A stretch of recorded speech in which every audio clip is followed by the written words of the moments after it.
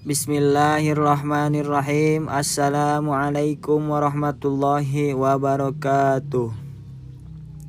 Innal hamdalillah nahmaduhu wa nasta'inu wa nastaghfiruh wa na'udzu billahi min shururi anfusina wa min sayyiati a'malina. May yahdihillahu fala mudhillalah wa may yudlilhu fala hadiyalah. Rabbi shrah li sadri wa yassir li amri wahlul 'uqdatam min lisani yafqahu qawli. Baiklah teman-temanku yang berbahagia, yang tidak berbahagia bukan teman-temanku.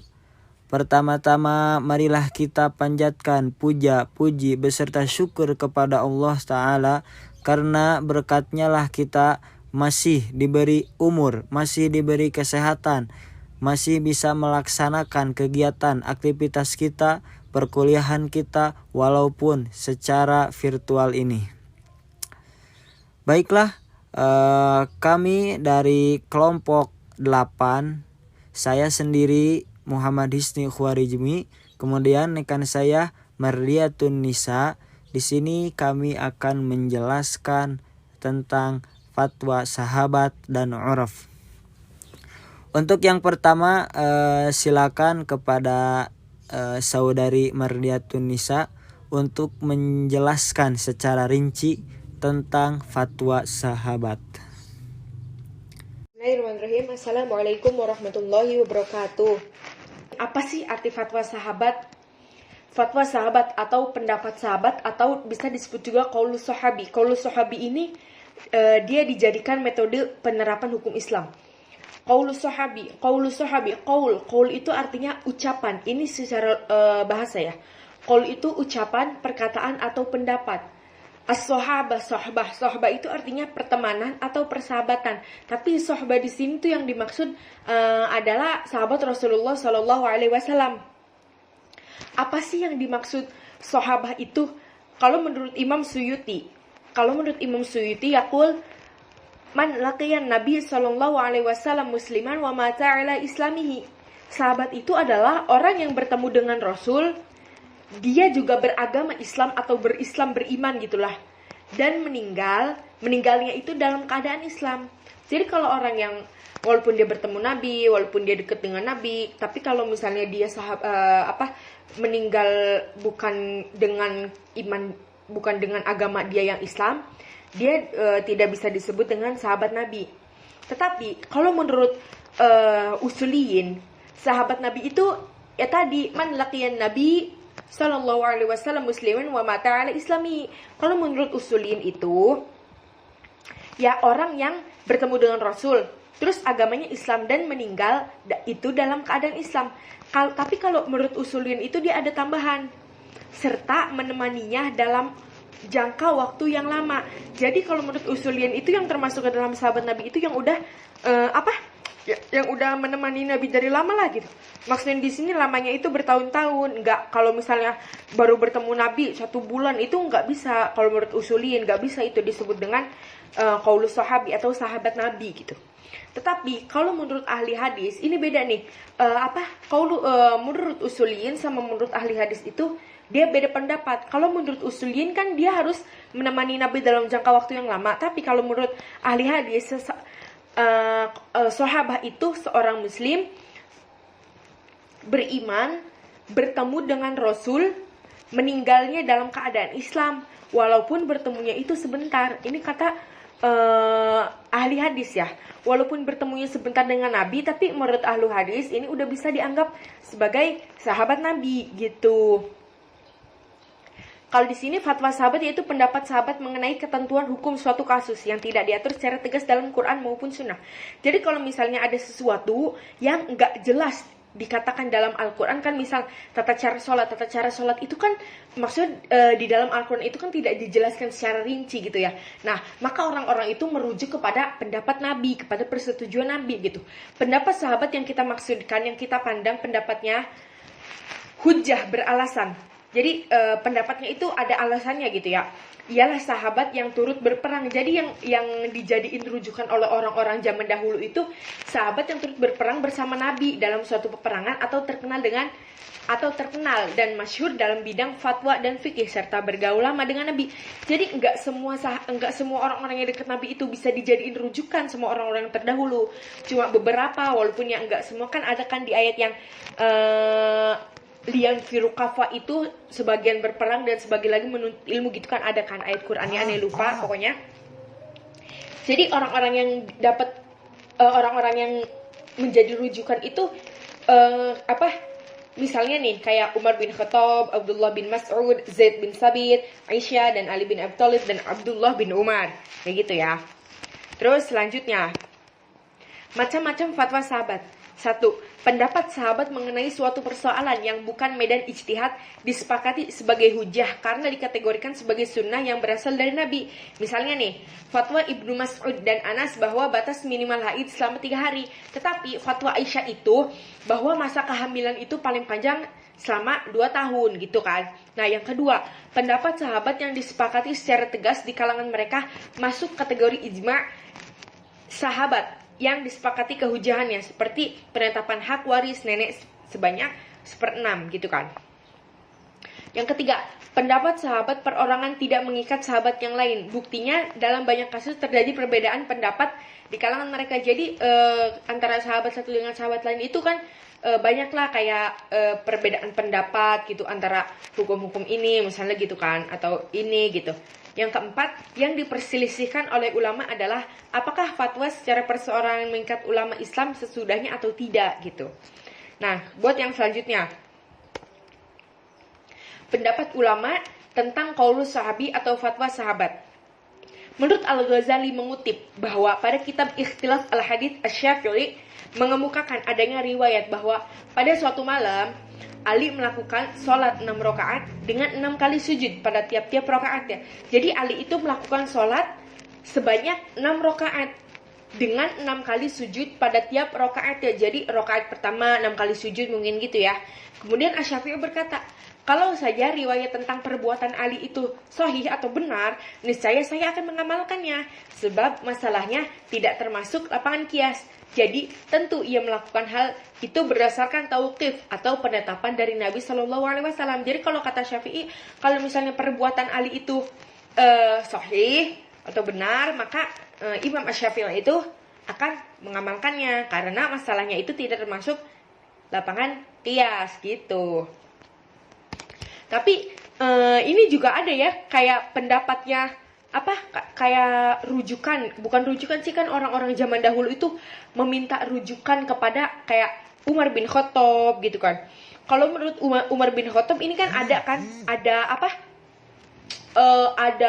kayak fikih Umar gitu kan.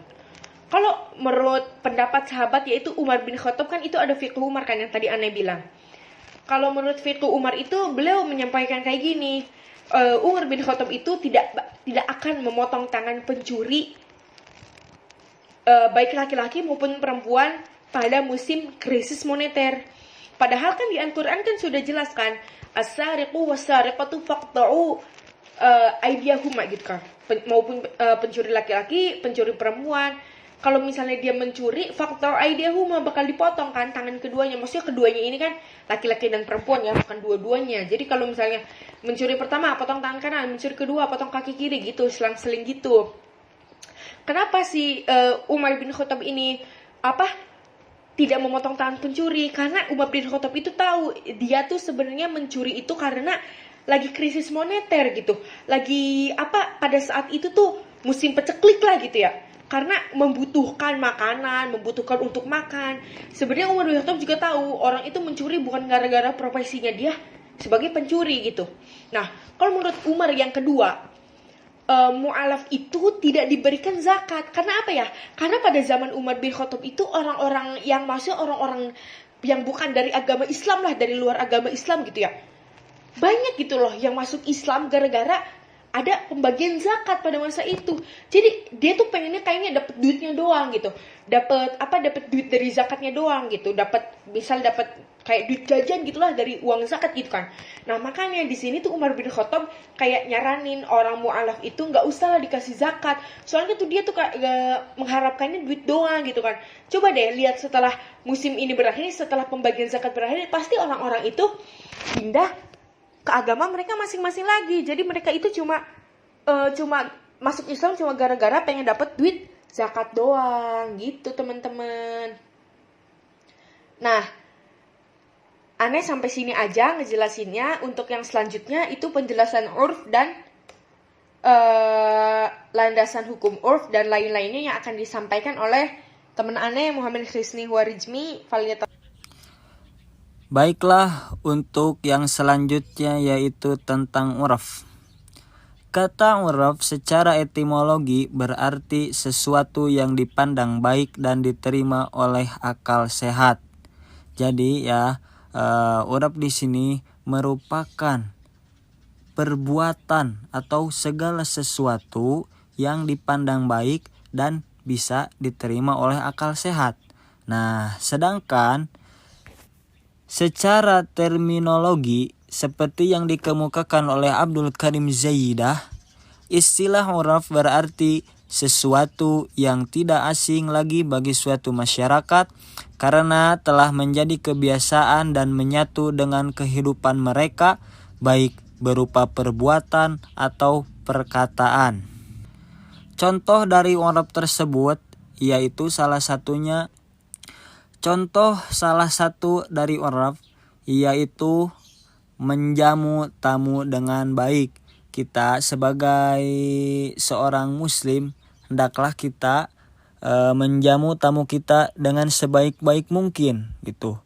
Contoh yang selanjutnya yaitu saling menyapa ketika kita bertemu. Contoh ketika kita bertemu dengan saudara kita atau keluarga kita, hendaklah kita menyapa mereka dengan cara mengucapkan salam dan sebagainya, menanyakan kabar dan sebagainya. Itu merupakan pengertian dari uraf dan salah satu contohnya. Landasan hukum uraf. Landasan hukum uraf terdapat dalam surat Al-A'raf ayat 199 yang artinya, jadilah engkau pemaaf dan suruhlah orang mengerjakan yang ma'ruf serta berpalinglah dari orang-orang yang bodoh. Di dalam ayat tersebut, kata al-uraf di dalam ayat tersebut, manusia hendaklah mengerjakannya. Oleh ulama usul fikih dipahami sebagai sesuatu yang baik dan telah menjadi kebiasaan masyarakat. Berdasarkan itu, maka ayat tersebut dipahami sebagai perintah untuk mengerjakan sesuatu yang telah dianggap baik sehingga telah menjadi tradisi dalam suatu masyarakat.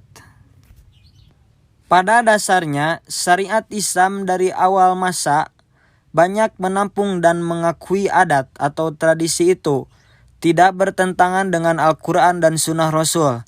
Kedatangan Islam bukan menghapuskan sama sekali tradisi yang telah menyatu dengan masyarakat, tetapi secara selektif ada yang diakui dan dilestarikan serta ada pula yang dihapuskan. Misal, adat kebiasaan yang diakui, kerjasama dagang dengan cara berbagai untung gitu ya. Dalam perdagangan kan biasanya kita tuh bekerja sama untuk dengan cara berbagi untung gitu ya. Seperti ini telah berkembang di bangsa Arab sebelum Islam. Berdasarkan kenyataan ini, para ulama menyimpulkan bahwa adat istiadat yang baik secara sah dapat dijadikan landasan hukum bila mana memenuhi beberapa syarat gitu ya.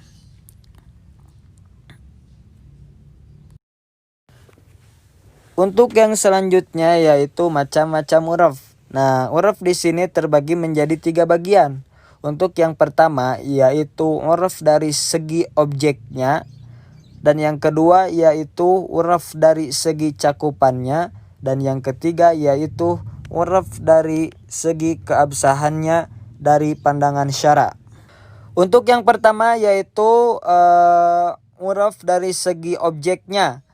Uruf dari segi objeknya terbagi menjadi dua. Yang pertama yaitu al-uruf al-lafzi atau kebiasaan yang menyangkut ungkapan.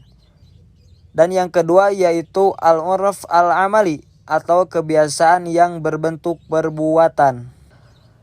Al-uruf al-lafzi merupakan kebiasaan masyarakat dalam mempergunakan lafal atau ungkapan tertentu dalam mengungkapkan sesuatu, sehingga makna ungkapan itulah yang dipahami dan terlintas dalam pikiran masyarakat. Nah, sekarang contohnya dari uruf al-lafzi yaitu daging ya, yang berarti daging sapi. Padahal kata-kata daging mencakup seluruh daging yang ada, baik itu daging ayam, daging sapi, daging kerbau ya. Apabila seseorang mendatangi penjual daging, sedangkan penjual daging itu memiliki bermacam-macam daging, lalu pembeli mengatakan, saya beli daging 1 kilo. Nah, pedagang itu langsung mengambil daging sapi karena kebiasaan masyarakat setempat telah menghususkan penggunaan kata daging pada daging sapi. Kemudian yang dimaksud dengan uruf al-amali yaitu kebiasaan masyarakat yang berkaitan dengan perbuatan biasa atau muamalah keperdataan. Yang dimaksud dengan perbuatan biasa di sini adalah kebiasaan masyarakat dalam masalah kehidupan mereka yang tidak terkait dengan kepentingan orang lain ya. Kemudian uruf dari segi cakupannya sama terbagi menjadi dua. Yang pertama al-uruf al-am, kebiasaan yang bersifat umum, dan yang kedua yaitu al-uruf al-khas atau kebiasaan yang bersifat khusus ya. Al-uruf al-am adalah kebiasaan tertentu yang berlaku secara luas di seluruh masyarakat dan di seluruh daerah.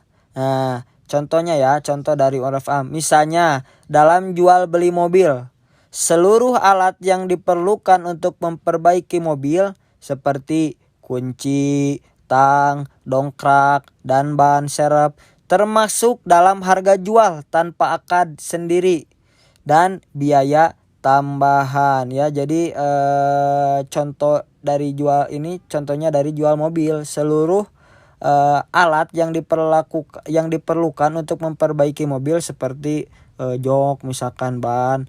Nah, itu sudah termasuk dalam harga jual tanpa akad ya gitu.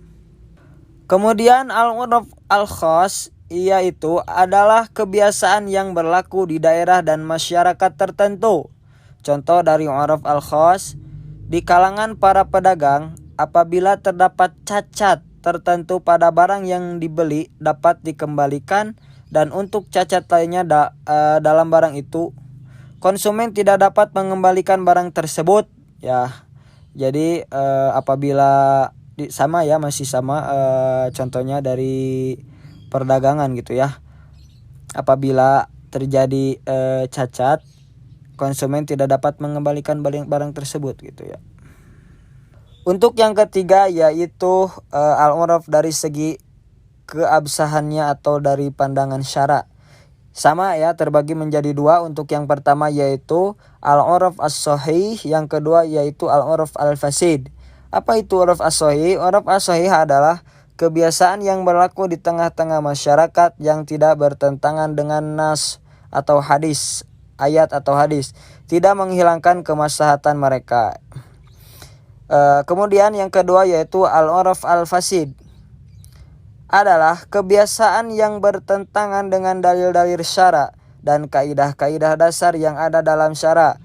Contoh dari al-uruf fasid yaitu kebiasaan yang berlaku di kalangan pedagang dalam menghalalkan riba gitu ya. Seperti peminjaman uang antara sesama pedagang gitu. Uang yang dipinjamkan sebesar 10 juta rupiah dalam tempo 1 bulan harus dibayar sebanyak 11 juta rupiah apabila jatuh tempo ya. Dengan perhitungan bunganya 10%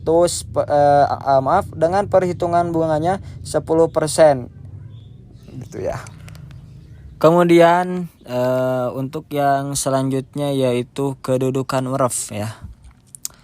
Para ulama usul fiqh sepakat bahwa uraf as-sahih yaitu uraf yang tidak bertentangan dengan syara, baik yang menyangkut dengan al-uraf al-am dan al-uraf al-khas. Tadi ya sudah dijelaskan apa itu al-uraf al-am dan apa itu al-uraf al-khas, maupun yang berkaitan dengan al-uraf al-lafzi dan al-uraf amali dapat dijadikan hujah dalam menetapkan hukum syara ya.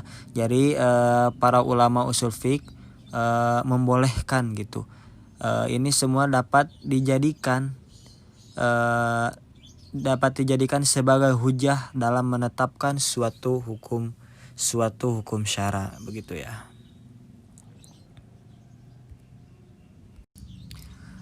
Baik, mungkin dari kami dicukupkan sekian ya. Saya Muhammad Isni Huarijmi bersama Mardiatun Nisa.